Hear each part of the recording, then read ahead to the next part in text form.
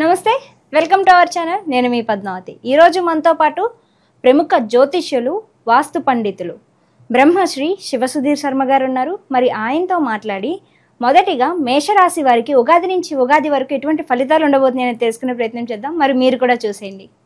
నమస్కారం గురువుగారు. శ్రీమాత్రే నమః. శ్రీ గురుభ్యో నమః. గురువుగారు, మనకి ఆదాయ వ్యయాలు అనే విషయానికి వచ్చేసరికి ఆదాయం అనగానే మనకు వచ్చే సంపాదన, వ్యయం అనేది వచ్చేసరికి మనకి ఖర్చు అవుతుంది అని చెప్తారు కదా. అంటే ఇది వాస్తవమే అంటారా, లేకుంటే ఆదాయ వ్యయాలు కావచ్చు, లేకుంటే రాజ్యపూజ అవమానాలు కావచ్చు, ఇవి వేటి పరంగా లెక్క వేయచ్చు అంటారు? నిజంగా చెప్పాలంటే మనం చిన్నప్పటి నుంచి కూడా మెంటల్గా ఫిక్స్ అయిపోయి ఉన్నాన్న. ఆదాయం అంటే డబ్బు, ఖర్చు, వ్యయం అంటే ఖర్చు అని. ఆదాయ వ్యయాలు అనేటువంటివి మనకి పంచాంగంలో ఇచ్చేటువంటి విధానం ఏమిటి అంటే కేవలం డబ్బు విషయం ఒక్కటి కాదు. ఆర్థికం, ఆరోగ్యం, కుటుంబం, మనశ్శాంతి, విద్య, మనం అనుకునేటువంటి కార్య సంకల్ప విజయం, ఇవన్నీ ఓవరాల్గా కలుపుకుంటే వీటిల్లో ఏ ఒక్కటి లోపించినా మనశ్శాంతి లోపిస్తూ ఉంటుంది. కాబట్టి ఇవన్నీ కలుపుకొని ఆదాయ వ్యయాల రూపంలో చూపిస్తారు. కానీ డబ్బు మాత్రం కాదు, డబ్బు ఒక్కటి మాత్రం కాదు. మనకి ఓవరాల్గా ఈ సంవత్సరం మొత్తం ఉండేటువంటి ఫలితం, మనకు ఉండేటువంటి మనశ్శాంతి, మనకు ఉండేటువంటి కార్య విజయం ఏదైతే ఉందో ఈ ఆదాయ వ్యయాల రూపంలో చెప్తాం. కానీ కేవలం డబ్బు ఒక్కటే ఎంత వస్తుంది, ఇంత ఖర్చు అవుతుంది అనేది మాత్రం పిచ్చి అపోహ అని చెప్తాను నేను. కాబట్టి ఆ విధంగా చూసుకోకండి. తప్పనిసరిగా మనం ఓవరాల్గా జీవితం మొత్తం సంవత్సరం, ఇప్పుడు 1% ఇంట్రెస్ట్ అని చెప్తారు నాన్న, బ్యాంక్ వాళ్ళు చెప్తున్నా. 1% ఏంటంటే ప్రయాణం కదా. అట్లానే ఆదాయ వ్యయాలు కూడా మన పంచాంగంలో చెప్పుకునేవన్నీ కూడాను సంవత్సరం మొత్తానికి పనికొచ్చేట్టుగా మనకు ఉండేటువంటి మనశ్శాంతినే ఆదాయ వ్యయాలుగా చూసుకోవాలని చెప్తాం. గురువుగారు, మేషరాశి వారికి ఉగాది నుంచి ఉగాది వరకు అసలు ఆదాయ వ్యయాలు ఏ విధంగా ఉన్నాయి, దాంతో పాటుగా రాజ్య పూజలు అసలు ఏ విధంగా ఉన్నాయి అంటారు? ముఖ్యంగా నాన్న, ఈ సంవత్సరం అంటే తెలుగు సంవత్సరాది విశ్వావసునామ సంవత్సరం ఏదైతే ఉందో, విశ్వావసునామ సంవత్సరాదికి ముందు రోజున మీనరాశిలోకి షష్టగ్రహ కూటమి అనేటువంటిది ఒకటి చేరుకుంటుంది. షష్టగ్రహ కూటమి అనేటువంటిది భయంకరమైనటువంటి విషయం అయితే కాదు, కానీ కొన్ని రాశులకి కొన్ని గ్రహాల ప్రభావం అనేది తప్పనిసరిగా కనబడుతూ ఉంటుంది. అలాగే మేషరాశి వారికి తీసుకుంటే, మేషరాశి వారికి ఈ సంవత్సరం 29వ తారీఖు మార్చిన ఏళ్ళనాటి శని ప్రారంభమవుతుంది. సంవత్సరంలో ఉండేటువంటి గ్రహ సంచార ప్రకారం తీసుకుంటే ఏళ్ళనాటి శని ప్రారంభమైన మే 15వ తారీఖు తర్వాత వృషభ రాశిలో ఉన్నటువంటి గురుడు మిథున రాశిలోకి వెళ్ళిపోతున్నాడు. మేషరాశి నుంచి 3వ రాశి మిథున రాశి అవుతుంది. గురుగ్రహ దృష్టి మేషరాశి మీద ఉంటుంది. కాబట్టి ఎన్ని గ్రహాల ప్రభావం, చెడు గ్రహాల ప్రభావం ఎలా ఉన్నా ఉచ్చగ్రహమైనటువంటి గురుగ్రహ ప్రభావంతో చాలా ఉన్నతంగా ఉండబోతుందని చెప్పడంలో ఏమాత్రం కూడా సందేహం లేదు. వీరికి ఆదాయ వ్యయాల దగ్గర నుంచి మనం పరిశీలన చేసుకుంటూ వెళ్ళిపోతే ఆదాయం 2, ఖర్చు 14, అలాగే రాజ్యపూజ్యం 5, అవమానం 7. దీన్ని బట్టి చూసుకుంటే అంటే ఆదాయ వ్యయాలు అనేటువంటిది రాజ్యపూజ అవమానాలని ఎందుకు సూచిస్తాయి అంటే, రాజ్యపూజ అవమానాలు ఎక్కువగా అవమానపడేటువంటి పరిస్థితులు ఉంటే మౌనంగా ఉండండి అని చెప్పడమే దాని పరమార్థం. మౌనైన కలహం నాస్తి. కాబట్టి తగాదాలు, గొడవలు పడకుండా ఉంటే మన జోలికి ఎవరు రారు, మన పని మనం చూసుకుంటూ వెళ్ళిపోవచ్చు. కానీ ఈ సంవత్సరం నాన్న మేషరాశి మంచి భవిష్యత్తు కలగబోతుంది. అనుకున్న పనులు సకాలంలో సంపూర్ణంగా పూర్తవుతాయి.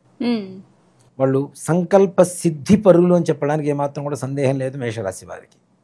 అలాగే వివాహ ప్రయత్నాలు చేసిన సఫలీకృతులు అవుతారు. అంటే వివాహం కుదరటం అనేది పెద్ద సమస్య కాదు, మంచి సంబంధం వచ్చి వివాహం జరగడం అనేటువంటిదే పెద్ద సమస్య. కాబట్టి అలాంటి విషయంలో కూడా చాలా సానుకూలత కుదురుతుంది. అమ్మాయిలకైనా అబ్బాయిలకైనా మంచి సంబంధం కుదురుతుంది, వివాహం జరుగుతుంది. దాంతోపాటుగా సంతానం గురించి తాపత్రయపడేటువంటి వాళ్ళు, వివాహం జరిగి ఎన్నో సంవత్సరాలు అవుతుంది, సంతానం లేదు అనుకునేటువంటి వారికి కూడా సంతాన సౌభాగ్య యోగం ఈ ఒక్క సంవత్సరం మేషరాశి వారికి తప్పనిసరిగా జరుగుతుంది.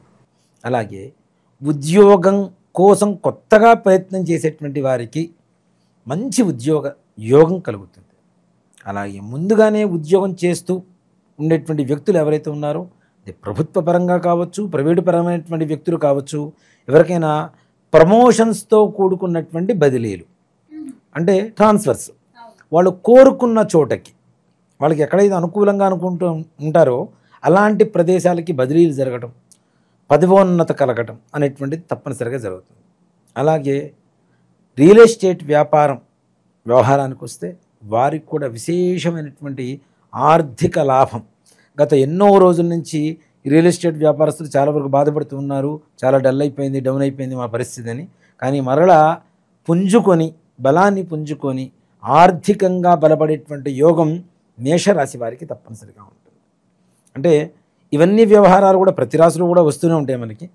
అలాగే ఎవరైతే రాజకీయ నాయకులు ఉంటారో వారికి కూడా ఇక మనకి పదవి రాదు అనుకునేటువంటి పరిస్థితులు ఉన్నటువంటి వ్యక్తులకు కూడా పదవోన్నత కాలంగా తప్పనిసరిగా మంచి యోగకాలంగా చెప్పుకోవచ్చు. ఈ యొక్క మేషరాశి వారికి విశ్వావసునామ సంవత్సరం అంతా కూడా వాళ్ళు అనుకున్న దానికంటే ఇంకా ఉన్నతమైనటువంటి అధికార యోగం కలుగుతూ ఉంటుంది. అలాగే విద్యార్థులు, చదువుకునేటువంటి పిల్లలు తప్పనిసరిగా వాళ్ళకి అత్యున్నతమైనటువంటి ఉత్తీర్ణత కలగడానికి మంచి అవకాశం ఉంటుంది.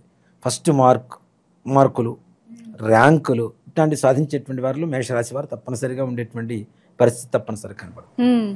అలాగే ముఖ్యంగా రైతుల విషయానికి వస్తే పంటలు పండడం లేదు, పంటలు కూడా మాకు చేతికి వచ్చేసరికి గిట్టుబాటు ధర రావటం లేదు అనుకునేటువంటి వారికి కూడా ఈ సంవత్సరం మేషరాశి వారికి తప్పనిసరిగా మంచి యోగం కలుగుతుంది.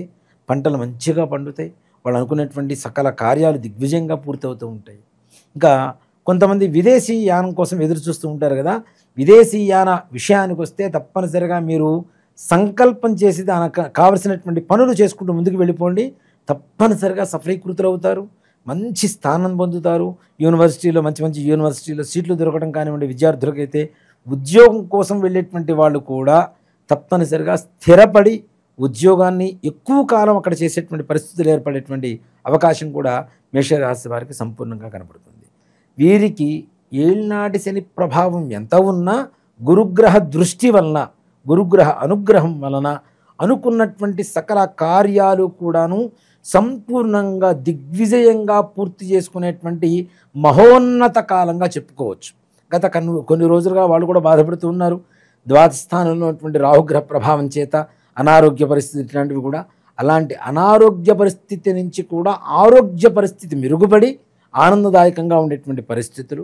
అట్లాగే ముఖ్యంగా దూర ప్రాంత ప్రయాణాలు, క్షేత్ర సందర్శనాలు, ఇంట్లో ఇల్లాలకి ఎవరికైతే ఆరోగ్యం బాగాలేదో వారు కూడా ఆరోగ్యవంతులుగా ఉండడం, ఇంట్లో ఆనందాది శుభకార్యాలు జరుపుకునేటువంటి విశేషమైనటువంటి యోగంగా ఉంటుంది.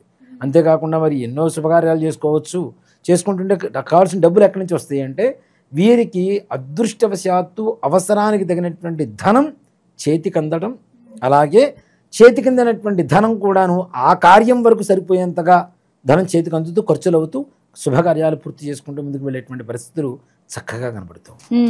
చాలా చక్కగా వివరించారు గురుగారు. అయినప్పటికీ కూడా ఎంత మంచి ఫలితాలు కనిపించినప్పటికీ కూడా వ్యక్తిగతంగా ఎవరి జాతకం అనేది చూసి కానీ మనం చెప్పలేం కాబట్టి మరి అందరూ కూడా పాటించే విధంగా ఏవైనా పరిహారాలు ఉంటే చెప్పండి గురుగారు. తప్పనిసరిగా నాన్న, ముఖ్యంగా ఈ మేషరాశి వాళ్ళు నవగ్రహాలు ఉంటాయి కదా దేవాలయంలో, శివాలయంలో నవగ్రహాల దగ్గరికి వెళ్ళి ప్రతి శనివారం కూడా చక్కగా ఆదిత్యాది నవగ్రహాలకి 27 ప్రదక్షిణాలు చేసుకొని కొద్దిగా నల్ల నువ్వులు, కొద్దిగా బెల్లం స్వామివారికి నివేదన, అలాగే నువ్వుల నూనె, నల్ల వస్త్రం స్వామివారికి నూనె పోసేసి చక్కగా వస్త్రం సమర్పించేసి స్వామివారికి ప్రదక్షిణాలు చేసుకొని అక్కడ ఉండేటువంటి ప్రధాన ఆలయం ఏ ఆలయమైనా కావచ్చు, శివాలయమైనా, విష్ణు ఆలయమైనా, అమ్మవారి దేవాలయమైనా సరే, ప్రధాన ఆలయాన్ని కూడా చక్కగా 5 సార్లు ప్రదక్షిణాలు చేసుకొని తీర్థప్రసాదాలు స్వీకరించి ఇంటికి రావడం అనేది మంచిది. నవగ్రహాలకు ప్రదక్షిణాలు చేసిన తర్వాత కాళ్ళు కడుక్కోకూడదు అనేటువంటిది కూడా ఇప్పుడు గుర్తుంచుకోవాల్సినటువంటి విషయం. ముఖ్యంగా వీరు ఈ రాశి వాళ్ళు కొంచెం హైట్ తక్కువగా, కలర్ తక్కువగా ఉండేటువంటి పర్సన్స్తో కొంచెం జాగ్రత్తగా ఉండవలసినటువంటి పరిస్థితులు మాత్రం తప్పనిసరిగా కనబడుతుంది. ఎందుకని అంటారంటే వాళ్ళతోనే అంటే రాహు శనిగ్రహ ప్రభావం ఏదైతే ఉందో, నన్ను ఒకటి చెప్తా, ఇప్పుడు రాహు బాలేదు శని బాలేదని అనుకుంటూ ఉంటాం. వాళ్ళు వచ్చి మన పక్కన డైరెక్ట్ వచ్చి కూర్చుంటారా? కూర్చోరు కదా. కాబట్టి అలాంటి వ్యక్తిత్వ లక్షణాలు కలిగినటువంటి వ్యక్తుల్ని మన జీవితంలో మన చుట్టూ కూడా చేరుస్తూ వాళ్ళ ద్వారా నష్టపోయేటువంటి పరిస్థితులు కనబడుతూ ఉంటాయి. కాబట్టి అలాంటి వ్యక్తులతో తగిన జాగ్రత్తలు తీసుకోవడం అనేటువంటిది సూచించదగినటువంటి విషయం. చాలా చక్కగా వివరించారు గురువుగారు. అయితే మేషరాశి వారికి ఎటువంటి ఫలితాలు ఉండబోతున్నాయితో పాటుగా ఎటువంటి పరిహారాలు చేసుకోవాలో కూడా చాలా చక్కగా వివరించారు. ధన్యవాదాలు గురువు. శ్రీమాత్రే నమః. శ్రీ గురుభ్యో నమః.